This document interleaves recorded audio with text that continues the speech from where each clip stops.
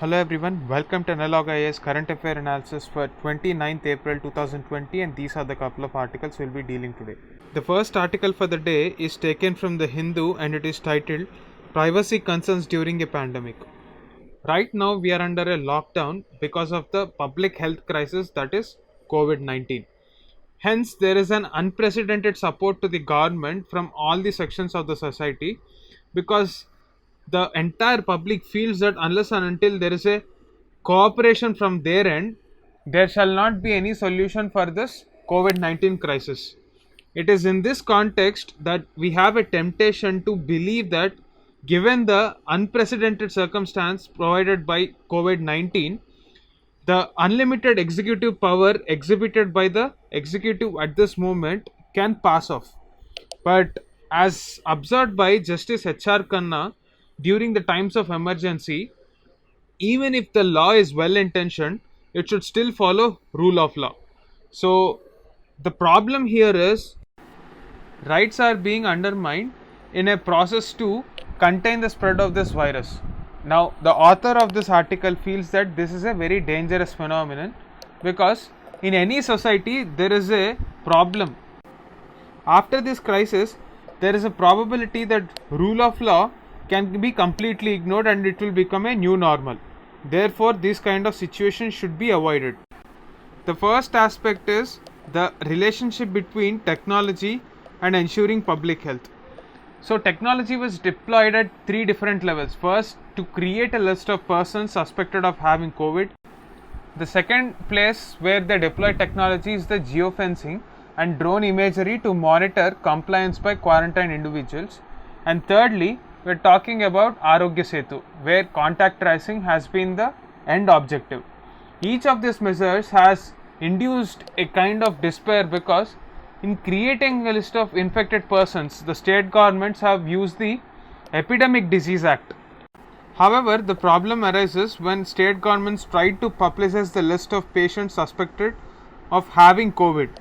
These had twofold consequences. Firstly, there is no legal mandate that is given to the state governments within this particular act to publicize the list of suspected people having COVID.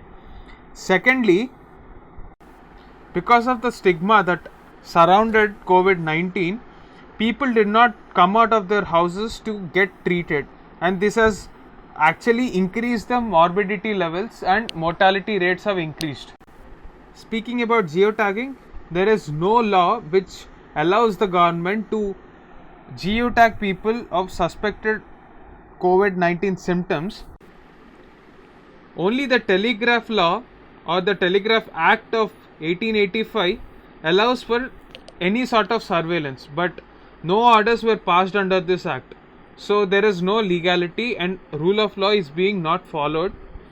Thirdly, when we talk about Arogya Setu, we have certain privacy concerns as already dealt in the previous videos as well.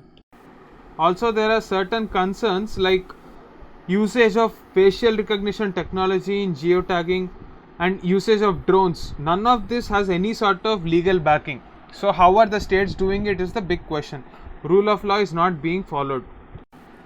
One issue with the Arogya Setu app is its source code was not made public, and there is a possibility that this data might be misused in the future.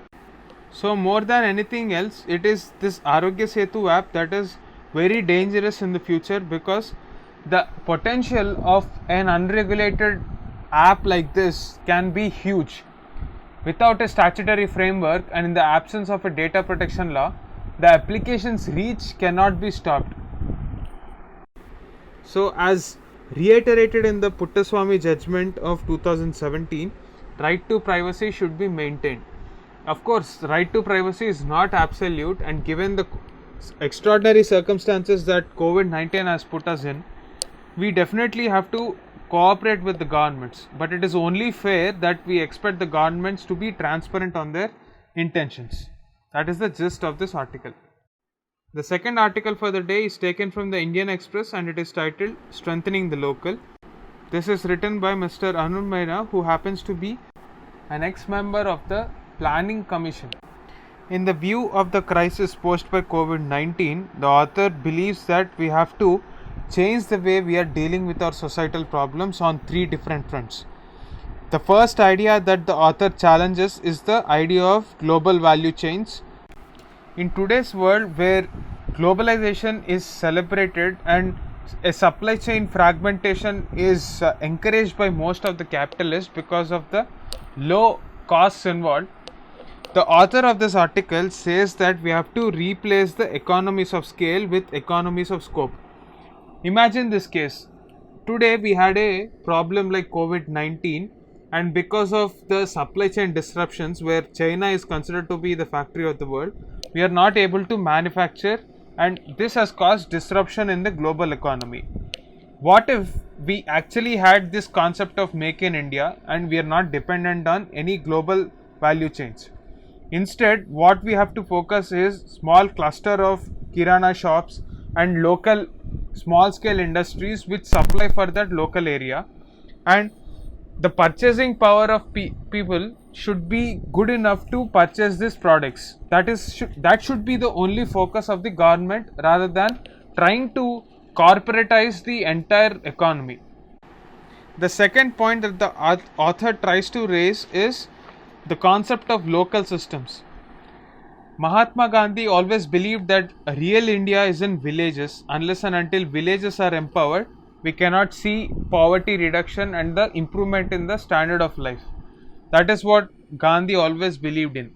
Today, if you look at the migrant crisis, you will understand why Gandhi thought in terms of systems rather than fragmented silos that we're talking about today. So we look at COVID-19 only as a health crisis, but if you take a deeper look, it has completely changed the way we are living. Today, COVID-19 is not just a problem of health, but it is also a problem of economy, it is a problem of distress migration, it is a problem of infrastructure, productivity. It has impacted every walk of life. So, we cannot deal with these problems in isolated silos. COVID-19 is as much a problem of poverty as it is a problem of healthcare. So everything is interrelated, and this systems approach should be dealt locally in villages itself. So if we want to provide solutions, there should not be migration. People should be able to consume more in their villages itself rather than traveling to cities in distress. So there is a concept called tragedy of commons. As far as the environment is concerned, everybody feels that they are entitled to use the environmental resources, but when it comes to taking up the responsibility to protect it, nobody comes forward. It is in this context, to avoid this tragedy of commons, we have to depend on community action. We have to mobilize the communities, and models like Kudumbashri, where the self-help groups in Kerala served as a model for community action.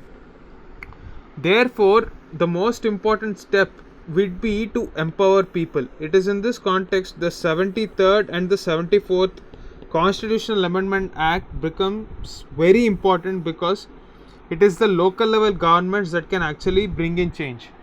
If we talk about the Sustainable Development Goals, so by 2030, India is supposed to attain certain goals, and goal number 17 talks about partnerships. This is the most important sustainable development goal, and unless and until people come together at the local level to provide this economies of scope, we cannot change the way we are living.